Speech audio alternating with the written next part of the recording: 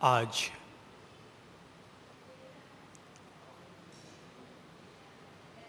हम सभी लोग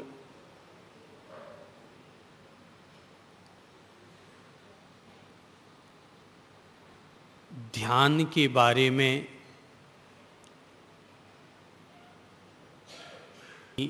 कोशिश करेंगे।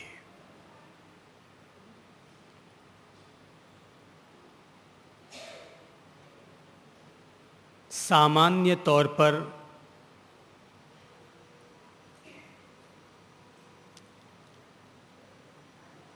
प्रत्येक व्यक्ति का अपना स्वभाव होता है, अपनी विशेषताएं और अपनी कमजोरियां हुआ करती हैं।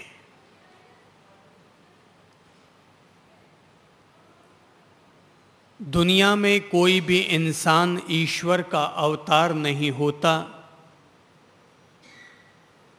कोई भी इंसान दूध का धुला हुआ नहीं होता। हर एक व्यक्ति में 4 कमियां तो होती ही हैं।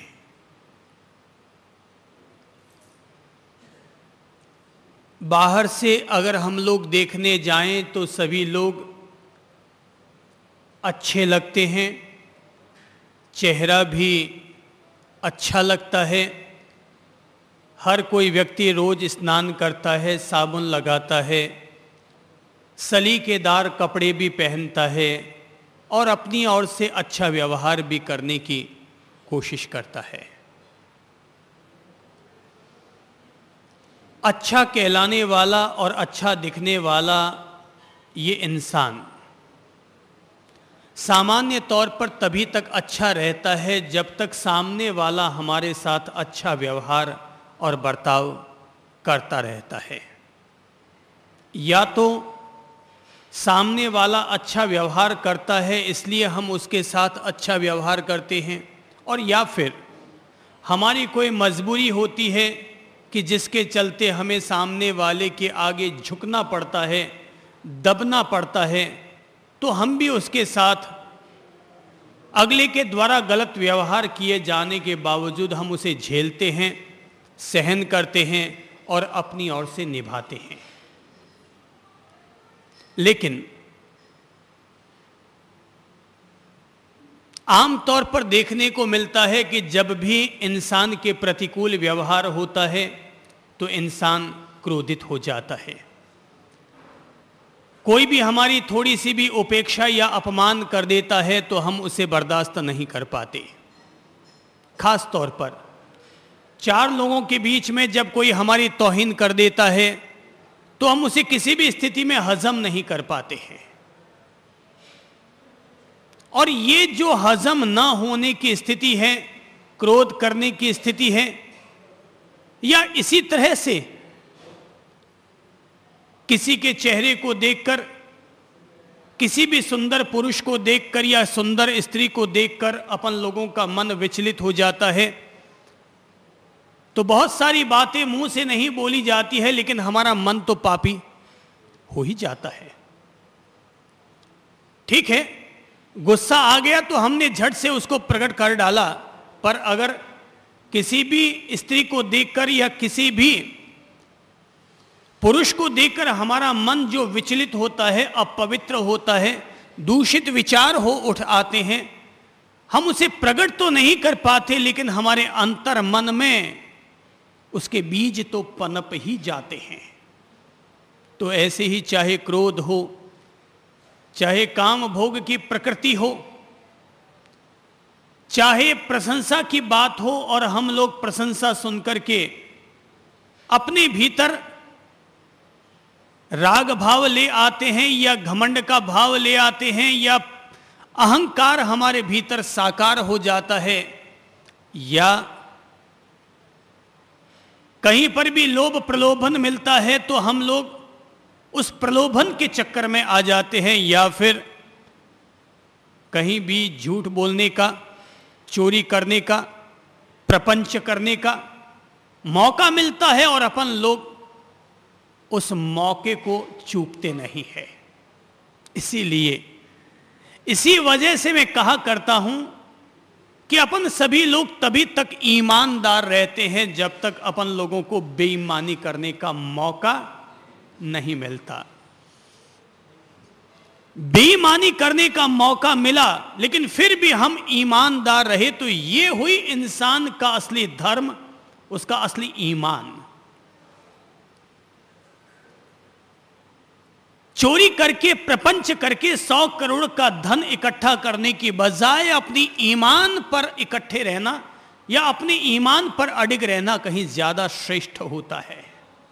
पर यह अपना पापी मन, यह अपना चोर मन, यह अपना उतावला मन, यह अपना लोभी और लालची मन मौका मिला और झट से सारा ज्ञान धरा रह जाता है, अच्छी बातें धरी रह जाती है, इमेज जो हमने बनाई थी वो भी धरी रह जाती है और अपन लोग 1 मिनट में लोभी भी बन जाते हैं, गुस्सा भी कर बैठते हैं, चोरी भी कर सकते हैं, झूठ भी बोल सकते हैं, प्रपंच भी कर सकते हैं। अर्थात जो अपन लोग बाहर बाहर से धार्मिक कहलाने वाले, नैतिक कहलाने वाले, सामाजिक कहलाने वाले, मानवीय कहलाने वाले जो इंसान हैं, ये अपन लोग 10-20% ही ऐसे हैं। बाकी तो भीतर में 70-80-90% हर आदमी एक खोटा सिक्का हुआ करता है। अपन लोग अपने आप को देखें, अपने आप का मूल्यांकन करें तो पता चलेगा कि हम लोग कैसे हैं।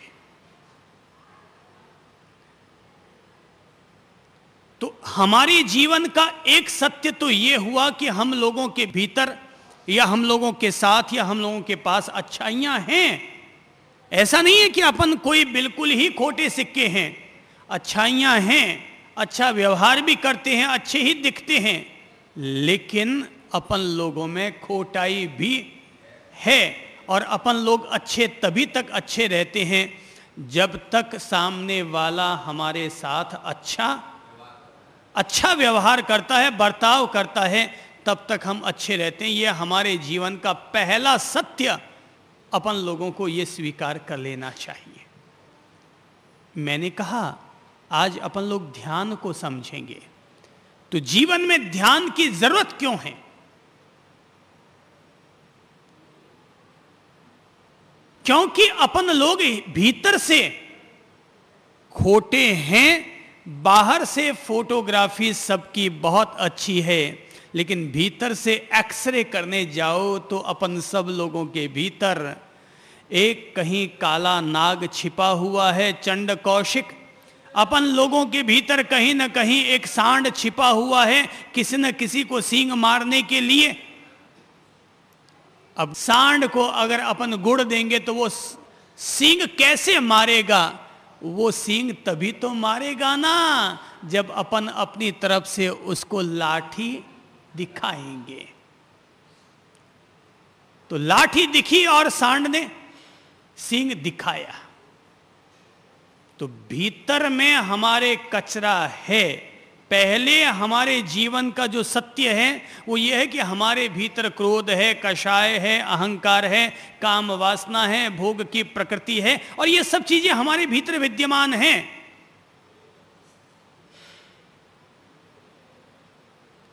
किसी भी आदमी को अगर गुस्सा आता है तो मानकर चलिए कि सामने वाले ने जो गाली दी है वो गाली तो केवल निमित्त का काम करती है।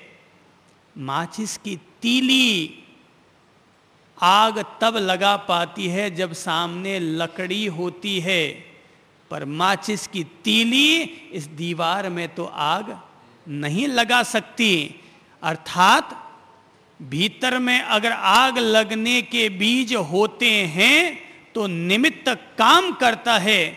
अगर किसी को गाली दी और फिर भी वो शांत रहा तो इसका मतलब यह हुआ वो भीतर से साफ है, भीतर से शांत है, तो गाली कोई प्रभाव उस पर नहीं डालती। अपने सामने किसी सुंदर स्त्री को देखा या सुंदर पुरुष को देखा, लेकिन देखने के बावजूद हमारे मन में कोई विचलन, कोई विकार पैदा नहीं हुआ तो समझ लेना चाहिए हमारे भीतर विकार नहीं है या विकार कम है। तो निमित्त तो मिला, लेकिन निमित्त मिलने के बावजूद हम भीतर से प्रभावित नहीं हुए। अगर भीतर में विकार होते हैं ना, तो आदमी किसी देवी माँ के मंदिर में भी चले जाए तो उस देवी माँ की मूर्तियों के अंगों को देख करके भी विकृत हो जाया करता है। अर्थात सारी गुंजाइशें व्यक्ति से स्वयं से जुड़ी हैं। यह हमारे जीवन का पहला सत्य। फिर ध्यान की जरूरत क्यों है? तो हमारे जीवन का दूसरा सत्य यह है कि हम सब लोग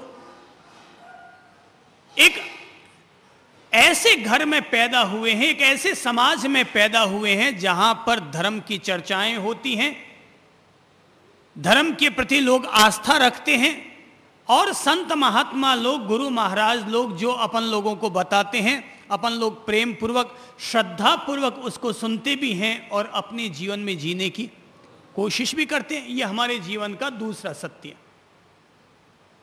तो गुरु महाराज कहते हैं मंदिर जाया करो, तो अपन लोग उनके दबाव में आकर या उनसे प्रेरित होकर के पचखाण भी ले लेते हैं और मंदिर जाना शुरू कर देते हैं।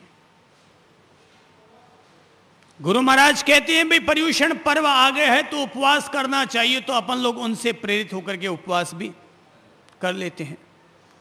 अथवा वो कहते हैं कि रात्रि भोजन करना बहुत बड़ा पाप है, तो अपन लोगों में से कुछ लोग जिन्हें ये बात गले उतर जाती है और अपन लोग रात्रि भोजन छोड़ देते हैं। या सामायिक करो, प्रतिक्रमण करो, पूजा पाठ करो, प्रार्थना करो, मंत्र जाप करो, संयम रखो। ये वो जो बातें गुरु महाराज लोग जो अपन लोगों को बताते हैं, अपन लोग सुनते हैं और यथाशक्ति अपन लोग अपने जीवन में उसको जीने की कोशिश भी करते हैं। ये हमारे जीवन का दूसरा सत्य। उनमें से भी फिर कुछ ऐसे बच्चियां होती हैं जिनको और ज्यादा भाव उड़ जाते हैं, तो वो वैरागी बन जाते हैं। बोले हम दीक्षा लेंगे और दीक्षा लेकर के वो